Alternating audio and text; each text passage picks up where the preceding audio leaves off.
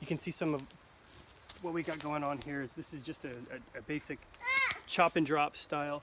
This whole entire English laurel here was significantly overgrown, coming out way over this whole garden bed. So the garden bed was full of grass, garbage, and then just completely overshadowed by this guy. So it's just a chop and drop style. That's going to be a mulch. By not degrading it too much, as if like a wood chip, I'm thinking it'll be, you know, with these bigger pieces, a little bit of like a HugelCulture, I think is how they pronounce that one, where people are burying logs and so forth. So maybe something of a hybrid system between a standard sort of mulch with leaves, a HugelCulture, and a wood chip sort of hybrid. That's the intention anyway. I think everything is an experiment, but I'm just going to go for it and see how we do. You can also check out what we have going here. Like I said, when we got to this garden initially, everything was overgrown. There was nothing but grass and weeds and garbage. We moved into this place in the spring, so you know, with the move itself and everything, we didn't have a lot of time and resources to dedicate to the garden, but we did want to do what we could. So came out here, did my best, got some of these plants in the ground. We got some cabbage going, we got some kale, I got these 2 bell peppers. I'm happy they're producing. Again, it's pretty late in the season, so we'll see how well they do. We got these delicious tomatoes. You'll notice I have these dandelions growing. Most people pull their dandelions. Dandelion is actually going to fix nitrogen, and this is edible.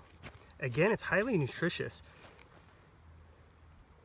And so, you know, I'll pull most of them, but sometimes when they look really happy and green, you know, I'll just pull these leaves here, have a little nettle salad and so forth.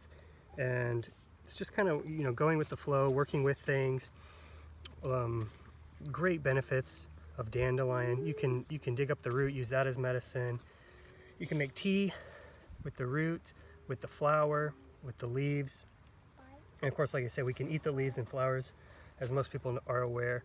And it's pretty good nutrition. So, you know, here's a plant, here's a crop that requires almost 0 effort. You know, most people are spending their effort trying to kill it, trying to eradicate it. And in my view, you know, if I'm just going through and I'm pulling out a bunch of weeds, you know, I'm not going to slow myself down, trying to selectively not pull out the dandelion. I'm not going to fight it too hard. I'm just going to let some of them grow and kind of go with the flow. So we've got some zucchinis. These guys are doing all right. Got 2 of these plants. Got some fruits coming in for the zucchinis. If you check out the raspberries, they're about done here at the end of the season. But we had quite a bit of raspberries, which was great. We have these little raspberry starts and so forth. They're volunteers. Raspberries love to grow here in the Pacific Northwest, as do blackberries and so forth. So again, just kind of let these guys flourish and do their thing. And any plant that's going to be a perennial and that's not going to require work and that is going to provide nutrition, I'm all for. We got some pumpkins over here. Beautiful flowers. We got 2 little pumpkins growing so far. Look at that. Just this little baby one here.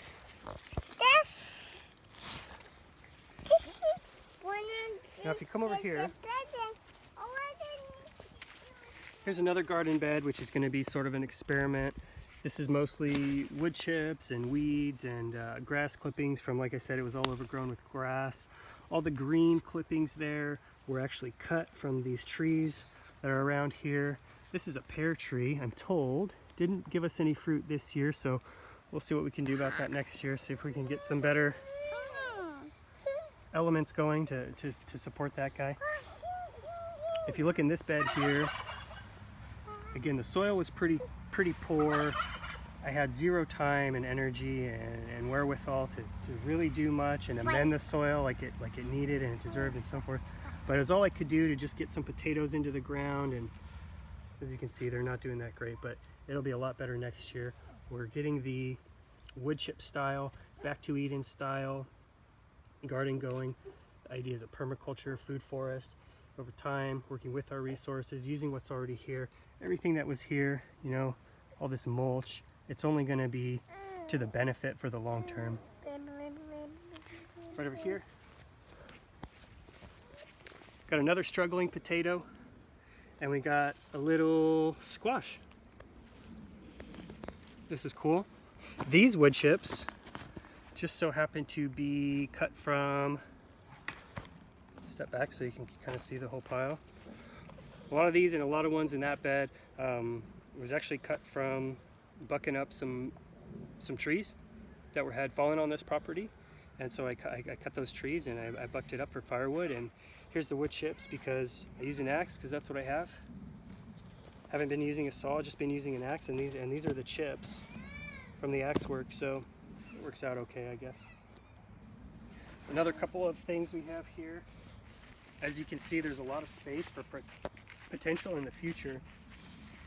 This is yellow dock. Yeah. The root is good medicine. Chickens will eat the seeds and leaves and so forth. So this is another resource here that just grows abundantly. This, likewise with this is plantain. This was growing here. Got some plantain going, so I'm not going to pull that out. I'm just going to let it go, and maybe we'll get around to making some medicine out of it, but we know it's here. So we want to do that. I just want to pee on this now. Okay. Got this beautiful rosemary here. Big flourishing rosemary bush that was here for us. This is really something I'm kind of excited about. This is a blackberry with no thorns.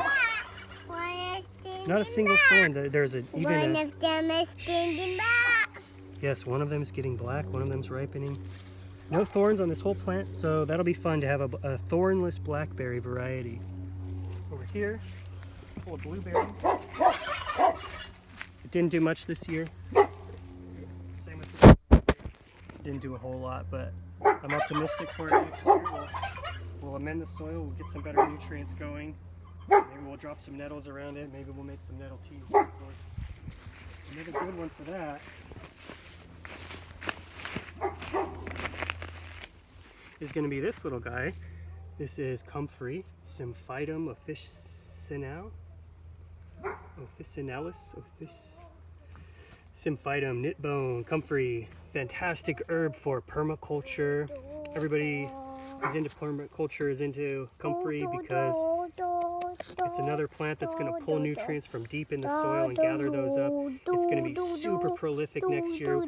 Again, just like everything else, just got kind of a late start, but planning ahead for the future, it's going to be really a great resource for us. Similar to how we're going to use the nettle and drop that down, you can do the same thing with comfrey.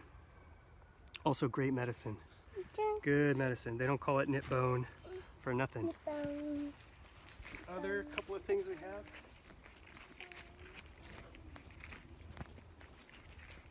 We've got this thriving blackberry, just producing tons of blackberries. And you know, it's late in the summer, so this is when they're producing like crazy. So this was great. This was here, you know, and we're just gonna keep it going, keep it structured, and get tons of berries. We've already made some pies and jellies and things like that. Fantastic. Got a couple more things worth maybe talking about. Got a Marionberry.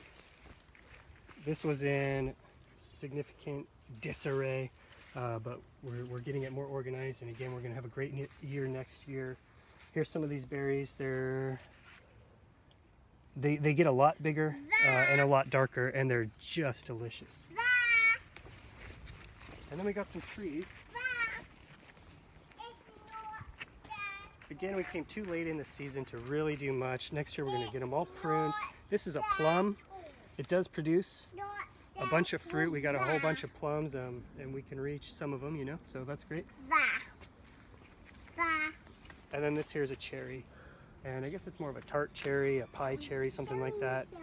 All the cherries came on the very top of the tree this year, and the birds got just about every single one of them. I might have got one or two. I don't know if the kids got any. Then my boat flowers. So next year we'll prune it down.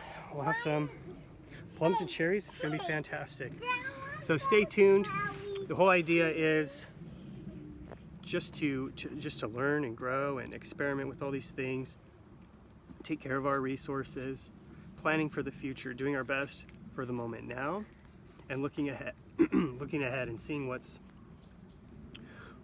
gonna be useful over the long term and be harmonious with the environment, so that, you know, obviously it's the whole permaculture movement, and so I'm far from the first one. I'm just I'm here trying, doing my best, really optimistic for the future, and stay tuned for more. Until next time, be well, take care of yourself, take care of each other. Bye now.